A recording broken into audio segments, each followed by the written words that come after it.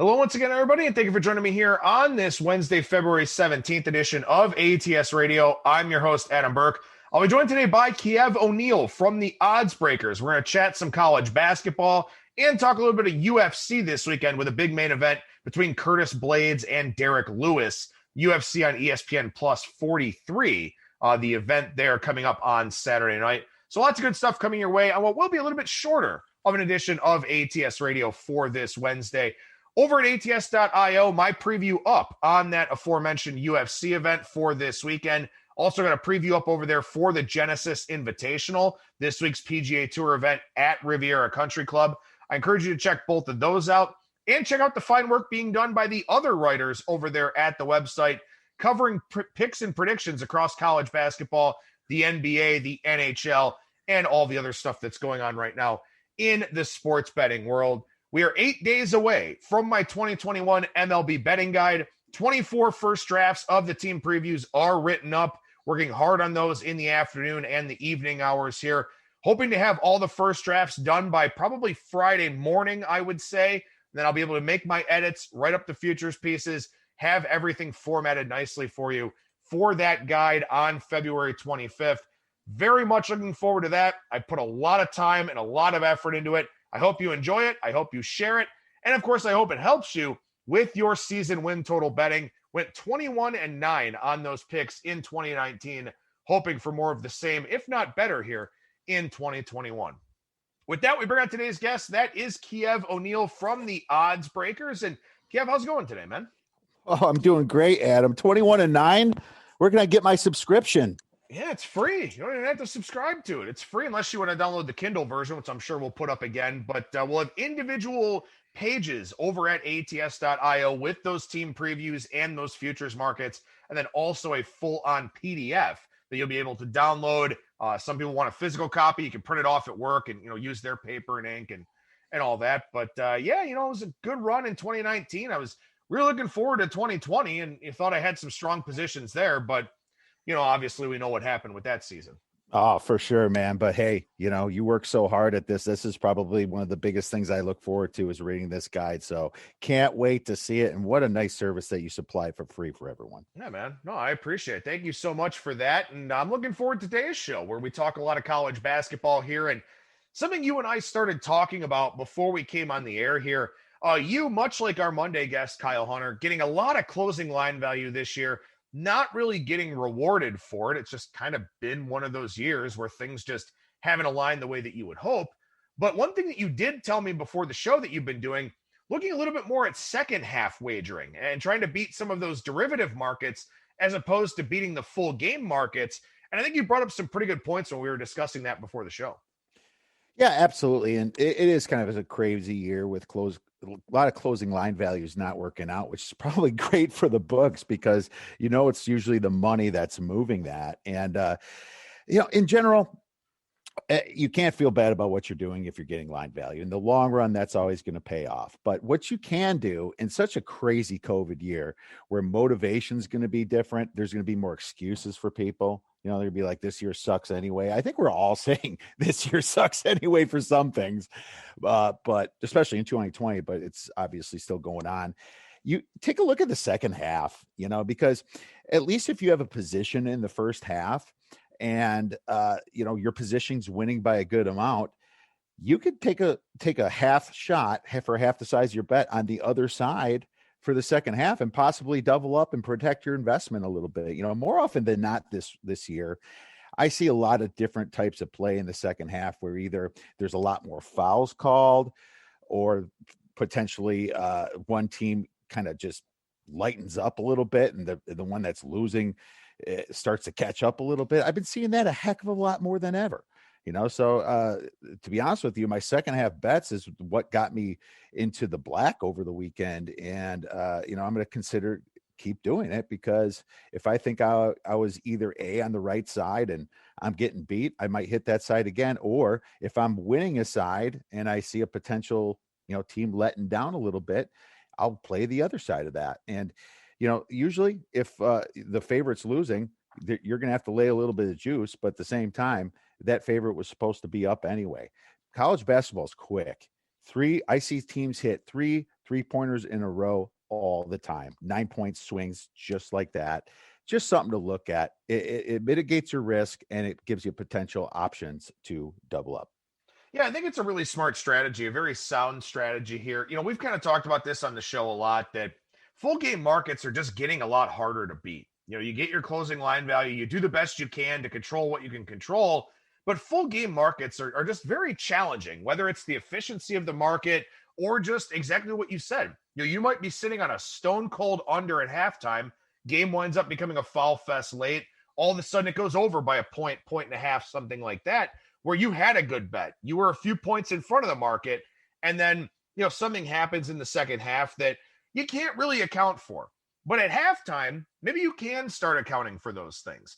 You look at a game, it's close. Well, if the line was, 5, 6, 7 points, full game, something like that, you can reasonably assume you're probably getting a foul fest late in that game because it'll be close. It'll be within a couple of possessions, and teams will try to extend the game as they often do. Similarly, halftime, one team is 7 for 11 from 3, particularly if they were an underdog. Well, that's probably going to regress back to the mean in the second half. So maybe you fade that team. Maybe you bet an under, expecting that team to not shoot the ball as well. If they do, maybe the game stays under anyway because they get a big lead and they wind up drawing out their possessions, kind of, shortening the game by using the full shot clock, stuff like that. I think these derivative markets make a ton of sense, particularly for the second half. You've already seen 20 minutes of basketball. If guys are in foul trouble. What kind of the state of the game looks like. What the pace was played to in the first half. You've gotten your eyes on something, whether it's just the data or you're watching the game itself. I think second half betting is a very smart idea in college basketball, not just because of this COVID season, but just in general. Yeah, absolutely. And that way it's so fun to double up, and it really affects your bank account and taking some of that stress of the second half. And the risk itself is definitely not a bad thing. It's hedging, and more often than not, I think this year especially, it's been working out. Well, I think that's a good point you bring up too. These don't have to be independent wagers for the second half. They can be, if you're watching a game and you see something that doesn't quite line up, or as I mentioned, foul trouble situations, something like that. But like you said, you can play for middles. You can kind of hedge back part and try to hit that middle. Or maybe you don't really like the way the game is going. You don't love that position that you were locked into. Maybe you buy out of it, or maybe you buy out a part of it, something like that. The thing that I think a lot of people don't really realize about this betting business, and you learn this more as you evolve, as you are around people that do this and do so for very respectable amounts of money. These people that make a living betting on sports, they generally don't do it from, single game pre-flop betting. It's usually going to be a very diversified portfolio of live betting opportunities, of futures and props markets, of derivative markets, stuff like that. Because these second half markets, you're kind of reading and reacting to something you've already seen. When you're betting pre-flop, you're betting on an educated guess. You're betting on what you think is going to happen. You're betting on your number to get closing line value, stuff like that. But in the second half, you've already seen something. There's a significantly a greater wealth of information, even if it's only 20 minutes of a game. Now, can it be misleading because it's a small sample size? Sure, it absolutely can. But these are ways to middle and hedge and find different ways of diversifying that portfolio, either limiting your risk, maybe increasing your risk if you double down on the same side because you like what you've seen.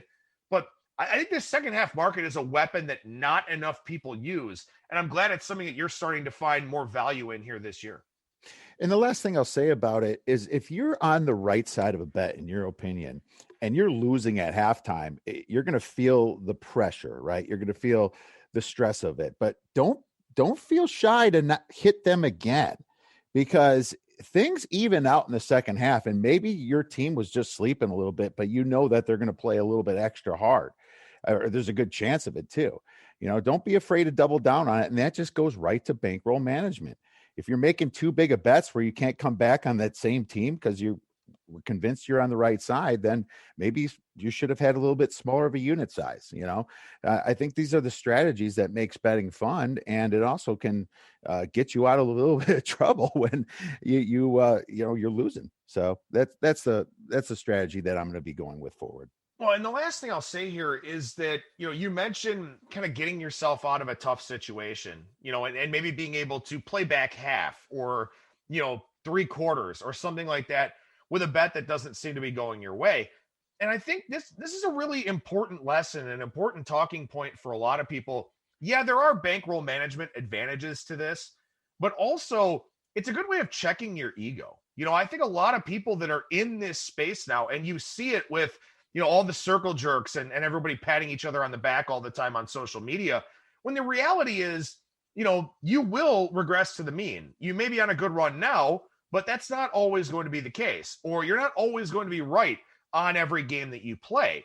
So this kind of allows you to check your ego a little bit here too, where a lot of people, they won't give up on a bet. They'll have a bad number with something. They won't give up on a bet because it's a point of pride for a lot of people to bet on sports and be correct when doing it. You kind of get that validation. You get instant gratification, especially if you're somebody who's posting things on social media or whatever else. But what a lot of people that do this for a living do, what a lot of people that bet, significant amounts of money will do, they will have the understanding that, look, if a game's not going my way, instead of losing my full unit size, I'm going to go ahead and, cut into it a little bit. I'm going to go ahead and take a half unit on the other side where, if I wind up being wrong for the full game, I only lose a half unit. If I was right for the full game, sure, I only get a half unit because I kind of bet into the play that I did like initially. But, there's really no shame in mitigating loss. I know that everyone wants to maximize gain as much as possible, which is why you see all of these lottery ticket parlays of player props and all this other stuff out there. But, one of the ways that you can really survive and really find a way to thrive in this business is by mitigating your loss. And that's something that I don't think enough people really think about. Absolutely. And, a lot of times you're going to get a better number the second half than your first bet anyway. I mean, if you're -5 that you bet for the full game is tied at the half, you're going to get a -2 or something like that for the second half, maybe even better. And so, at least you're going to cover that. If they win by 3 points, 3 is a little bit of a key number as well. So just another way to look at it. Well, and it's certainly easier said than done too. I sit here at my desk all day. Typically my wife comes home, she'll make dinner. And then by 7:00, 7:30, I want nothing to do with being at my computer. We go watch something on a streaming service or something like that. I know you've got 2 or 3 kids, I think. Kyle Hunter's got 2 kids. For a lot of people, they just don't really have the ability to sit there and play second halves, live bet, stuff like that. But if you do have that opportunity, if you do have the freedom and the flexibility to do something like that, I think it's one of those very important opportunities that not enough people utilize, not enough people are willing to embrace, because it's kind of the old Ron Popeil rotisserie oven thing. Set it and forget it. Make your bet in the morning, and then you don't really worry about it again until you go back and check the score and either get pissed off that you lost or be happy that you won, not realizing that there may have been watershed moments in that game where you could have taken a live position or a second half position and giving yourself a better opportunity at maximizing profit or minimizing your loss. So for the people that have the luxury and the availability to do that, I think it's absolutely positively something you should very much look into. And, I don't bet a lot of college basketball, and I've talked about this before. I'm a content creator first and foremost. But, if it was something where, I was putting lots of money on the daily college basketball card, sorry, babe, I know you want to watch, Man in the High Castle, or you want to watch, we're finally into season 13 of ER. Hey, sorry, we got to put this on hold because I want to look at what these second half numbers look like. If you can do that, I think there are lots of chances to really bolster not only your skill set, but your bankroll as well. Please don't do it at the dinner table. You don't want to have your wife slap you in the face right there. Maybe you go sneak in the bathroom, take a bathroom break or something. But in all reality, with cell phone apps, obviously, you don't need a computer. You can do it pretty quickly and efficiently. So be careful for it, because the books do know in general which way people are thinking to bet a second half. But that's when you got to just realize, how probable is it to happen. It's human nature for teams that are winning to let down a little bit in the second half. The other team that's losing, it's human nature for them to try a little bit harder. No, absolutely. I think those are all really good points. I think it's a good discussion overall to have here on the show. And again, you want to diversify your portfolio and your skill set as much as possible, because as we've talked about, you get the best number in the world and still lose a full game. And those things happen. I mean, it's why, 55, 56% is thought to be very good in this business. So maybe you've got a little bit more control to some degree if you're looking at some of those second half numbers. Something else you want to talk about on today's show, Kiev, and I think this is always, an important thing to discuss, the value of a number, the value of a line. And in basketball, it's a much cloudier environment, I would say. In college football, we know 3 and 7 are very important. We know 4, 5, and 6 are very important, particularly now with the increase of missed extra points, more teams going for 2, stuff like that. 5's kind of become a more important number. But you wanted to key in, pardon the pun, on the key number of 3 in college basketball and its significance. It is more significant than other numbers, and it's not as much as like the NFL or college football or football in general, but it is there. And there's a reason for that, Adam. There's a good reason for it. Whenever there's a team with 30 seconds left and the score is by 1 point, right? Do you know how often it lands on that one? How often? Well, out of all the games in this article that I'll tweet out later, one comes up the 11th most common time. And there's a good reason for that. If I'm down 1 point, I'm going to take a 2-point shot. I'm probably not going to take a 3-point shot. And if I miss that shot and 10 seconds are left, what am I doing? I'm fouling the other team. One doesn't come up nearly as much as some of the other numbers in basketball. Chances are the team that you fouled is going to make both free throws. Sometimes they'll miss one, but chances are they're making it. That's one of the bigger reasons why it lands on 3 more than the other numbers. If the score is tied with 30 seconds left, what am I doing? I'm waiting till 8, 7, whatever seconds left before I take my shot. Most likely miss it because of the pressure. And this game is going overtime where, ta-da, you can win by 3 once again, right?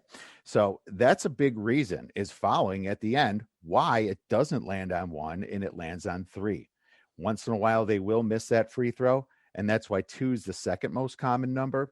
But there's a study out there that said out of all the college basketball games, I believe since this article was probably written about 5 years ago, since 2006, so it's probably 2006 to 2015, 3 came up 6% of the time, 2 came up 5.52% of the time, 5 was the next number at 5.34% of the time. Now, I wonder, Adam, and I tried to find this data and couldn't, how often the 3 comes up when the spread is between 0 and 6 points, because I would definitely bet that the 3 comes up a lot more often. Yeah, that makes sense. You start thinking about kind of the composition of the end of a game, and when teams continue fouling, when teams kind of give up on the fouling, stuff like that. And it's why, look, you certainly want to get the best number in any market that you're betting, without a doubt. But these half points and these full points in college basketball, it feels like they matter more because they do, because of the nature of scoring. You're scoring by 1s, 2s, and 3s. In football, you're scoring by 3s and 7s primarily. You may get the occasional safety or missed extra point or something like that. But to me, I think it's harder to fret in football when you miss a line by a point, point and a half, something like that. I'm probably still going to take a look at that, assuming it didn't cross through a key number. In college basketball, though, these moves are of much greater significance when they are a half point, a point and a half, something like that. And why closing line value is so important because a lot of these games are going to wind up in these foul fest scenarios. And there's a huge difference between getting 4.5 or 6.5 or something like that. So these are important things. All these single digit numbers for the most part in college basketball do have some degree of importance. And the fouling at the end of the game is a big reason why. Yeah, absolutely. And there's a lot of people that say when the dog is under 3 points, they're just going to take the money line because they get a little bit of extra value. I don't disagree with doing that. But for me, if there's a dog at 2.5 points, I try to at least wait for the 3. I don't usually buy it, but there's usually a book out there, as long as you do your shopping, that you'll find a 3 pop because people are going to take a favorite at 2.5, and in my opinion, if you're going to take a favorite, I personally like it at 1.5 because 2 is the second most common number. So a road favorite, not loving it at 2.5, definitely not loving it at 3 as much. But 1.5 is definitely a look for me, according to this article that I'll be tweeting out later. Well, another thing about it too, with regards to college basketball, is that there's a lot less awareness, I think, or just maybe more desire, more enthusiasm. I'm not really sure how to put it. But, in the NBA, I mean, they will stop fouling. They'll be like, you know what? Like, what are the chances that we actually score, 8 points in 12 seconds and come back and find a way to win this game? In college, there's usually very little quit. And to some degree, I like to consider it a lack of awareness because, as a gambler, it's just frustrating as hell. But that's the thing, too, is that you start thinking about, a range where teams will stop fouling. And depending on the team, it can be very frustrating to kind of figure that out. But, in the NBA, you maybe stop falling around 6 or so. A lot of people say 7 is a very important number because once you get outside 2 possessions, the chances of falling at the end of the game are pretty slim. In college basketball, they'll fall up into double digits. They don't really care for the most part. So there is that. You also want to consider if you're taking an underdog, in that 4 to 6 range or something, where is that number going? If it's going up, absolutely wait it out because you will get probable fouling at the end of the game to where the higher the number on the dog, the less likely you are to get burned by some, free throw attempt with 0.2 seconds left on the clock. Absolutely. And I guess the threshold is around the 11. If you're looking at the amount of times the 11 comes up, it's actually more often than the 1. The 11 comes up 4.34% of the time out of this sample size, and the 1 comes up 4.0% of the time. Then it goes to 12. So, yeah, it's around 9 or 10 points is where teams might make their last foul. And then obviously the clock runs. In general, of course, we've seen teams foul with 13 or 14 points. And I'm telling you that when that happens and you have the under, you want to break your TV. Oh, it's when you get the enthusiastic, 5'10" white guy, the walk on at the end of the bench, who comes into the game and just wants to get on the stat sheet, falls down by 16. And you're like, what the hell? You say words much worse than that. But, it's happened to all of us, to be sure. And it will happen again. But again, a lot of the things that we've talked about here so far, Kiev, I think are really important because betting is primarily about trying to set yourself up for the highest probability of success possible. And that means getting closing line value. That means understanding the value of some of these single digit numbers here. That means, second half plays and mitigating risk or maximizing potential and all that. I think these are all really important talking points and things I'm glad we were able to discuss on the segment here so far. Sounds great, man. I thought it was very valuable. All right, so let's go to some games here in the Big Ten. And we got a couple of games tonight. The first one between Nebraska and Maryland. Maryland, double-digit favorite in College Park. 10.5, the number for this one. Total pretty much loitering out there in the mid-130s, 134.5 or so. This one has gone up a little bit based on what I've seen, up from 133. Peaked at 135 and now coming back down to some degree. But you interested in laying doubles with Maryland tonight, Kiev? Absolutely not. Maryland is one of those teams that I hate betting. And now, of course, I did bet them against Minnesota, and that was an easy one. I actually came back on Minnesota the second half on Sunday, -2.5, and was able to double that one up as well. So Sunday worked out really well for some of those second half hedges. But in saying that, Maryland is not a team that's that consistent to me. I mean, I've seen them have some stinkers out there. They kind of got out of the rut, and they won a couple games in a row, and that's when they usually like to let down a little bit. Nebraska was in a letdown spot yesterday. Absolutely. They got their first Big Ten win at Penn State, right? And and I'll tell you this, the final score against Maryland was a lot closer than the 14 points that they lost by. I mean, I think it was tied with like 8 minutes left. It was like a 4-point game at halftime. You think Nebraska's got to be tired after they're on a back-to-back tonight. They've only had one day in between their games since Wednesday. Coming off that COVID pause, everything got bunched up. But at this point, you wonder if they're used to that by now, and teams do get in better shape when that happens. Nebraska's on a business trip here. Yeah, they lost that game. Yeah, it was kind of a letdown spot, but the same thing can be said for Maryland here. They also played on Sunday. They had beat Nebraska on Tuesday. What's going to make them wake up for this game? They're at home and they're stuck having to go back and play another game. While Nebraska's on a business trip, they really have nothing else to do here. I think this is a side that you really have to look at Nebraska here. And I'll tell you this, Nebraska has slowed it down and they're playing better defense. You can tell with this total, a Nebraska total under 135. What's going on here? Well, that tells me that they're playing more careful. They're not turning the ball over as much. I have Maryland winning this game 69-61 here, but that should be enough room for Nebraska to make the cover here. So I'm playing Nebraska plus the 11, plus 10.5 is good enough as well. A little bit of sprinkle on that money line to be cute if you if you like that plus 450.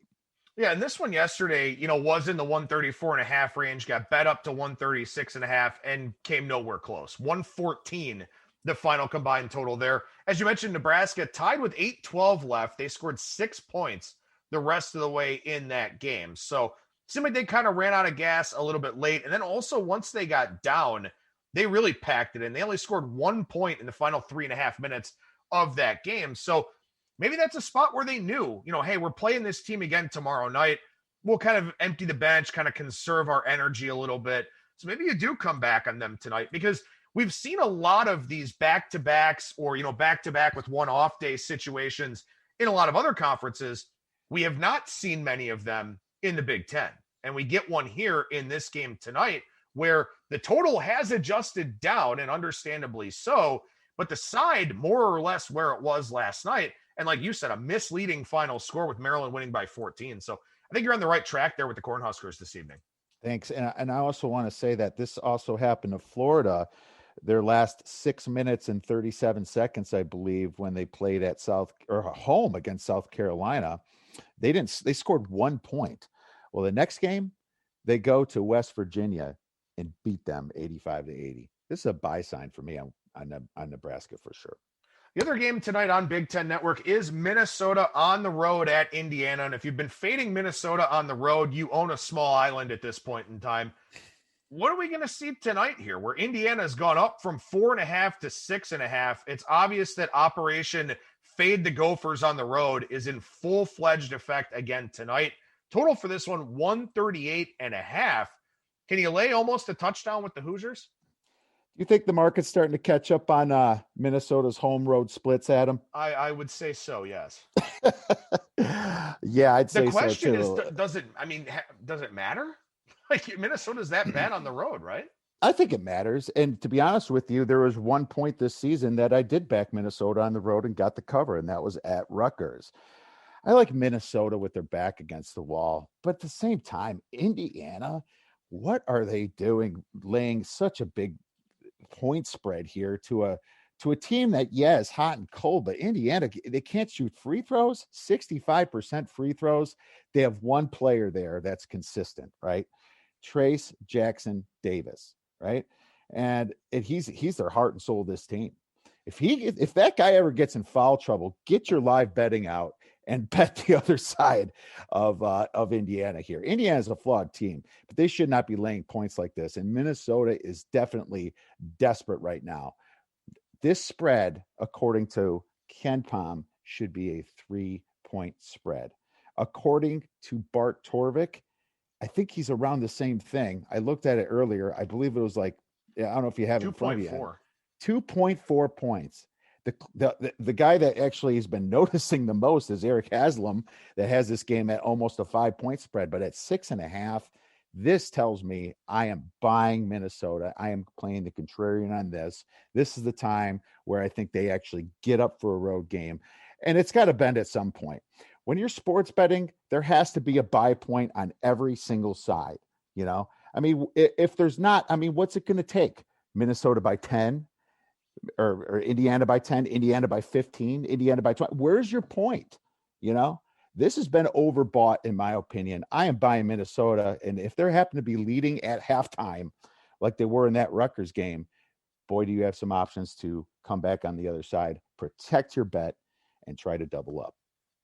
Strong thoughts on tonight's games here from Kiev. If you want to take Nebraska and Minnesota, one or the other, or you're just looking to take something else tonight, download the ATS app, which is a bet tracker. You can put your picks in there. You can subscribe to notifications for other people, friends that are in the app, see what their picks are going to be. It's a really powerful tool that you can download either for Android or iOS, the ATS app. Full article integration from the website. It's also an odds screen, so you can check that out as well, along with tracking your bets. Or you can subscribe to the premium model in there for a pretty low cost of $10 a week or $20 a month. So check out that ATS app today. So let's transition over to the Thursday night slate of games here. We got three pretty interesting ones, I would say. Iowa and Wisconsin, the first one on the board here chronologically, 7 p.m. Eastern tip-off at the Kohl Center in Madison. Couple of ranked teams here in this one, an Iowa team that, as we know, doesn't play a whole lot of defense, but a very good offense. Wisconsin, a team that pretty intimately. What do you think about the Hawkeyes and the Badgers tomorrow night? Oh, my Badgers. I don't know if you watched that game on Sunday. A lot of people were tweeting about it. The Valentine's Day crusher. It's what I call it. We were right about the Badgers' first half against Michigan. Michigan had the COVID pause. I will admit I did go a little bit on the full game. Thank goodness we went bigger on the first half. The Badgers crumbled. And this is just another situation where you could have took Michigan. They're down by 11 points at half. But, I mean, it's a tough one because Michigan's had that 22, 21 days COVID pause, whatever it was. The Badgers are missing something. And what it is really Brevin Pritzel from last year. Pritzel would be that guy that bails them out at the end. They don't have any stars that takes control of the game, that brings them back or stops them from choking. What happened is you saw a ton of fouls go Michigan's way the second half, and Wisconsin just couldn't beat that kind of pressure. Michigan played some fantastic defense as well. But here, I would have much rather, if you're going to back Wisconsin, I would have much rather have seen them finish that game out against Michigan, because this was been your perfect spot. Well, Iowa got a lot healthier. CJ Frederick's back. They're looking good. They do have a couple guys in Bohannon. They have a guy in Garza, right, that can close out games for them, right? So, man, Iowa, I think they're probably the third or fourth best team in the Big Ten, even with that bad defense. But last year, these two teams were very similar. Wisconsin lost Pritzel. Iowa lost, I think, one guy, and Iowa beat them 68-62 at home. That's a pretty low score, 68-62. This is going to be a little bit of a pace war, but if Wisconsin is smart, which I think Guard's smart, I don't think he's nearly fiery enough, but he knows that he can't run with Iowa. They have to play great defense to beat Iowa, and they might get some calls their way, but they're going to try to slow it down and try to hit their shots when the shot clock gets to 10 seconds, in my opinion. And if Iowa's going to beat them, if Iowa starts out big, then I'd really worry about the pace. But right now I'm looking at the under, because Iowa's played a little bit slower in Big Ten play, and they've played a little bit more careful. This could happen where Iowa jumps Wisconsin. If Iowa's up by a lot, they'll end up slowing the game down more. If this game is close, it's because Wisconsin's play worked of slowing the pace down. So two things: Iowa either beating Wisconsin a lot could run the clock at the end, or if this game is close, I think the pace war is going to favor Wisconsin anyway. I have Iowa winning this game 74-71. So I guess I do have a lean on Iowa, But at the same time, I think the under might be a better look at him. So I'm going to play the under for a couple stars. A lot of people will be looking to see if CJ Frederick plays in this one for Iowa. He's missed 4 of the last 6 games and frankly really hasn't been all that healthy, since 2020, since the game against Northwestern where he had 19 points. So a lot of people will be looking at the status of Frederick for this one. You're following the Big Ten closer than I am. However, I want to play devil's advocate for a second here and say maybe I would kind of look at the over in this one, because the one thing I remember you telling me when we talked about Wisconsin's loss to Michigan back on January 12th, you made it a point to say Wisconsin didn't really do well with Michigan's pressure on defense. They didn't do well with the Wolverines in their faces. Same thing here on Sunday. They only scored 59 points in that game. Michigan up in their grills. Illinois, very good defensive team, only 60 points in that game for Wisconsin. When they face really good defensive teams, it certainly throws them out of rhythm. Iowa's not a good defensive team. So I would counter and say that maybe Wisconsin's offense has a little bit better of a matchup here because they're facing an Iowa defense that's not as good, not necessarily as in your face. Wisconsin's played okay offensively against some of the lesser teams here in the Big Ten. What I will say is Wisconsin is at home, and they definitely have a much better shot field goal percentage, especially 3-point percentage at home. I think last I looked was last week. They're 40% from 3 at home, which is very high, and only 29% on the road. So, there's a chance that they're going to capitalize there. I don't know who's going to rebound the ball for them. They've been really soft down low, so if you think the game's going to go over, God bless you. But one thing I will say is that Iowa total season, 16.0 average seconds per possession. When it comes to Big Ten play, 16.9, right? So that 16.0 was actually a little bit less because they're factoring the slowness of the Big Ten play itself. So Iowa slowed it down a little bit. But, I'm looking at the under just because there's 2 good reasons where it could come. Either Iowa's beating them by a lot, Wisconsin just can't get the ball in the hole, or Wisconsin is, keeping up with Iowa, and the game's pretty close, and Wisconsin's slow pace is the reason for it. So that's what I'm looking at. So we'll see what that line looks like. Seems like everyone's kind of got this one in the pick'em or Wisconsin -1 range. Total probably going to be in the mid to maybe low 140s, I guess I would say. So we'll see what this number comes out at. 149 is what Ken Pom says. Yeah, 177 for Torvik. Haslam Metrics has got about 146.5, it looks like. So we'll see where that total comes out. We'll also see where that line comes out in that one. A couple other games here on Thursday night. Not sure if you've got strong opinions on either one of these, but Ohio State's on the road in State College to take on Penn State. Rutgers on the road in Ann Arbor to take on Michigan. I got some thoughts on these two? Yeah, absolutely. Ohio State, much better team than I expected, especially at this point of the year. Penn State, they have to be desperate. Penn State's going to be a home dog here, plus 5-ish. I think the total is going to be around 147. I mean, Penn State's on a nasty little skid here. They lost to Michigan State, and they should have lost by more points than they did. But Michigan State, as you've seen, is not a good team at all. They lost to Nebraska, which was the worst team in the Big Ten. Now I have to think Northwestern might be. But, I mean, that's still not boding well for Penn State. But one thing they do well is they play pretty well at home in general. Chris Holtmann, man, what a great job he's done with Ohio State. But look who they have on deck. They have Michigan on deck. Michigan, where they rank 4th in the nation on the AP. I think Ken Pom likes them all the way up to number 3, especially now that Michigan beat Wisconsin their first game back from COVID. You can't tell me that Ohio State and the kids aren't thinking about that a little bit. Now, I know it's not like football where it's a much bigger rivalry, especially for the fans itself.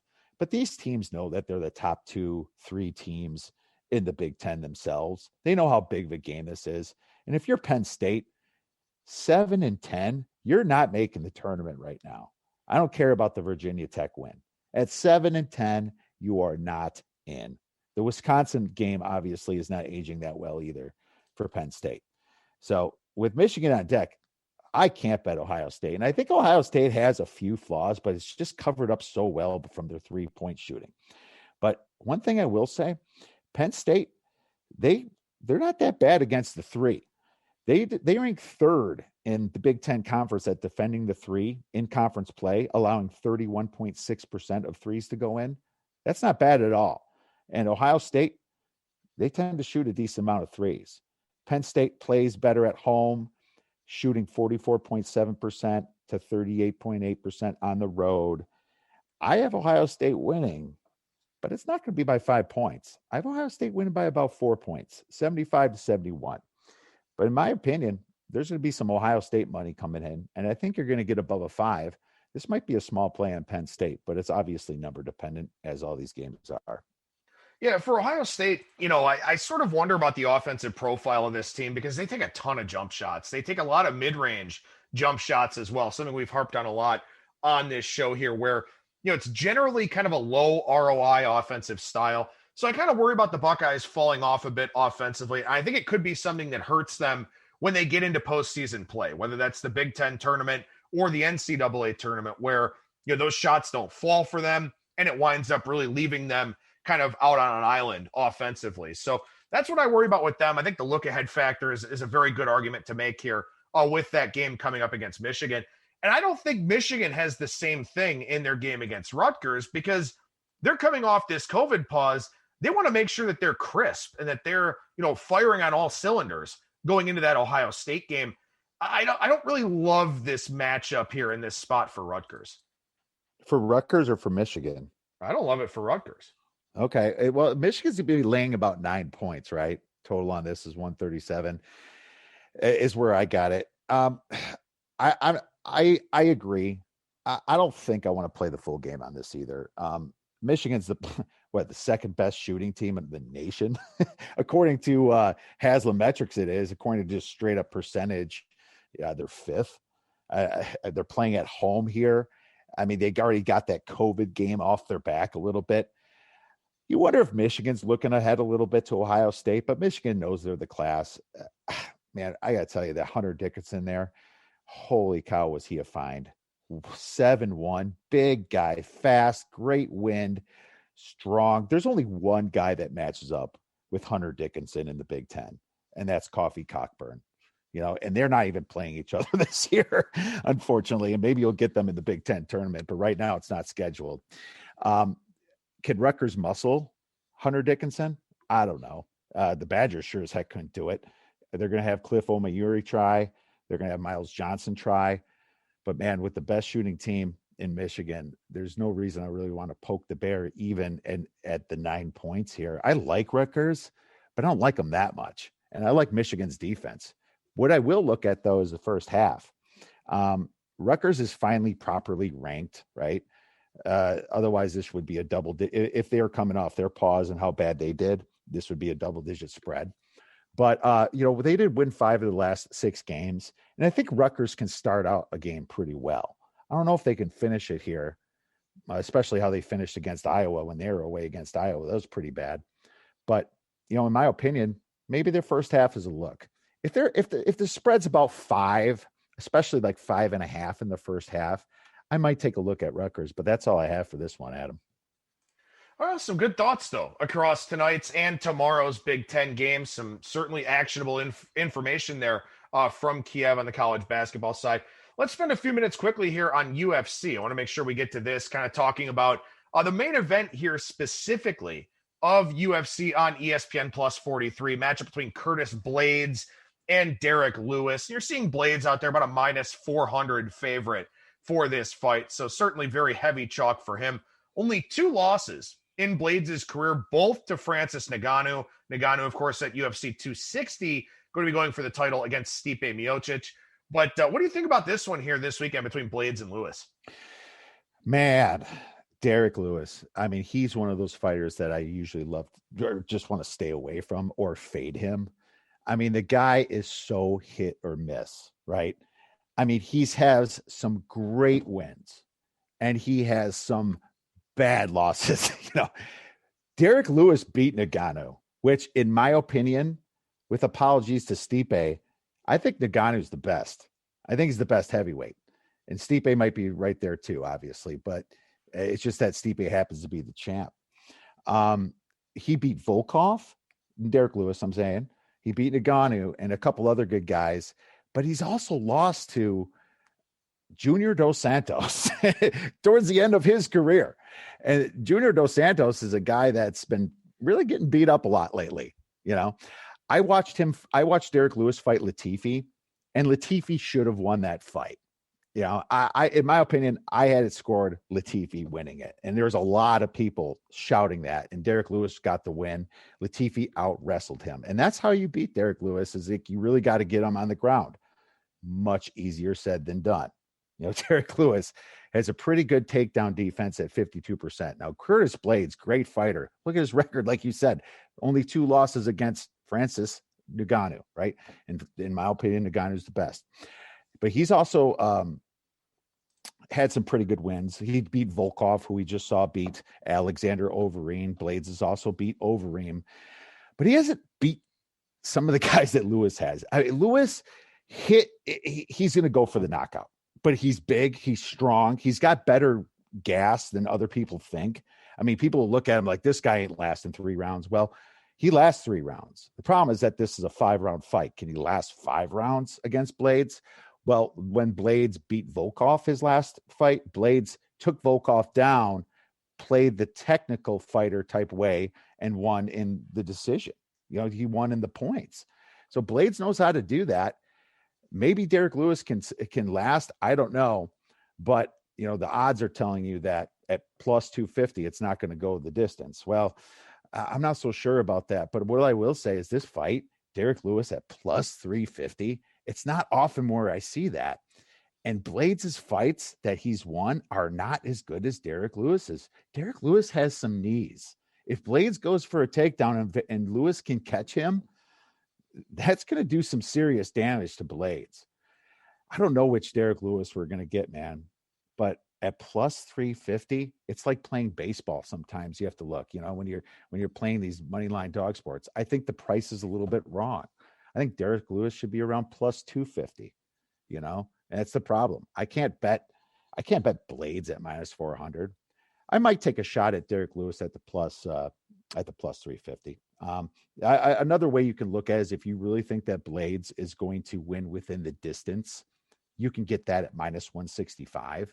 And Blaydes is the better technical fighter. 10 takedowns per 15 minutes. If you watch Blaydes fight Volkov, which I actually just watched the reruns of that fight, all he did was just take Volkov down the whole time. You saw Alexander Overeem couldn't even take Volkov down at all. So in my opinion, Blaydes is going to win this fight most likely, but I think the price is wrong on him, and I'm really considering throwing a unit on big arms Derrick Lewis. Well, and that's the thing is Lewis probably only has one path to victory here, but it has been a good one to him. He is a guy that strikes in a big way. He's a very entertaining fighter, very entertaining personality too. The problem is that's his only way to win. He's got to catch Blaydes some way, somehow, find a way to get a couple of those shots in. Maybe just one punch is enough to do it here. That's the issue, though. And that's the reason why he's such a big underdog. Blaydes, I feel like, can beat you multiple ways. He can outlast the decision here if he needs to, and he will win a decision if this fight goes the full 25. He can knock you out and maybe even get to submission here in this one. There is the opportunity for that. Lewis, it's one way, and that's it. And you can probably even take that plus 300, plus 350 price tag, bump it up for Lewis by KO, because to me, I think it's the only way that he can win this fight. So, an interesting one, I think, in some respects. We'll see how exciting it is because we'll see how long it actually lasts. But that is the nice thing about UFC betting, especially in today's day and age, is you're not just picking straight money lines anymore. You've got props. You've got manner of victory. You've got, what round the victory comes in, stuff like that. It adds a lot more opportunity. And much like we talked about with regards to second half betting earlier on, that's something that's not brand new, but relatively new in the grand scheme of sports betting. And some of those markets will yield more opportunities than just pregame betting. Well, there you go. Lewis by KO plus 450 and Blaydes by decision at plus 335. Both sides of it.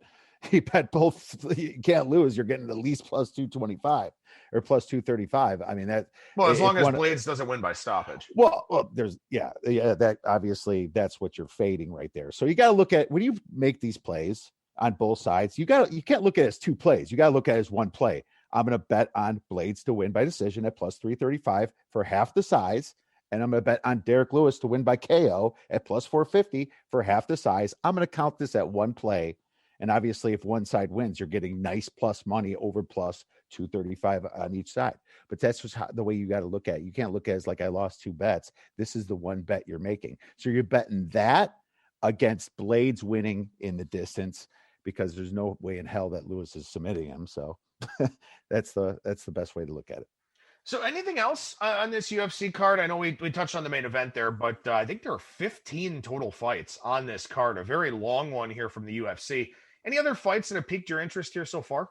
Yeah, a little bit. And I'm just going to touch on this one. Yana Kunitskaya is a dog at plus 225 against Ketlen Vieira. And Vieira's 11-1, and she's done very well, but she hasn't beaten any big names. And if you just look at the matchup stats, Yana's a better striker. She lands 4.49 significant strikes per minute. Her accuracy is 55% to 36%. Both of them take down the same 2.04 to 2.02 takedown average per 15 minutes. The takedown accuracy is about the same. Now, Ketlen can submit a little bit better, but Yana's been there. She's done that. I think she's a little bit too big of a dog here, in my opinion. So in this fight, I'll probably be looking to back Yana just for a little bit. But, last weekend we tried to go for the dogs. It didn't work out. The weekend before was great when we bet on Dariush. So that's how you got to look at it. If you're betting on dogs, expect to lose more often than you win, but you have to get the prices to be profitable. Yeah, I like the dog a little bit in that one too. And I've got thoughts on all 15 fights over at bangthebook.com and also a preview over at ATS.io as well. Kiev O'Neill from the Odds Breakers. You do a lot of phenomenal work over there. What's happening over at the website right now, man? Well, check us out. We have lots of free plays for you. NBA's rocking and rolling. Chris is doing a fantastic job over there, throwing out NBA plays. It's not my sport, but for some reason he gets it really well, and he's just having a phenomenal year.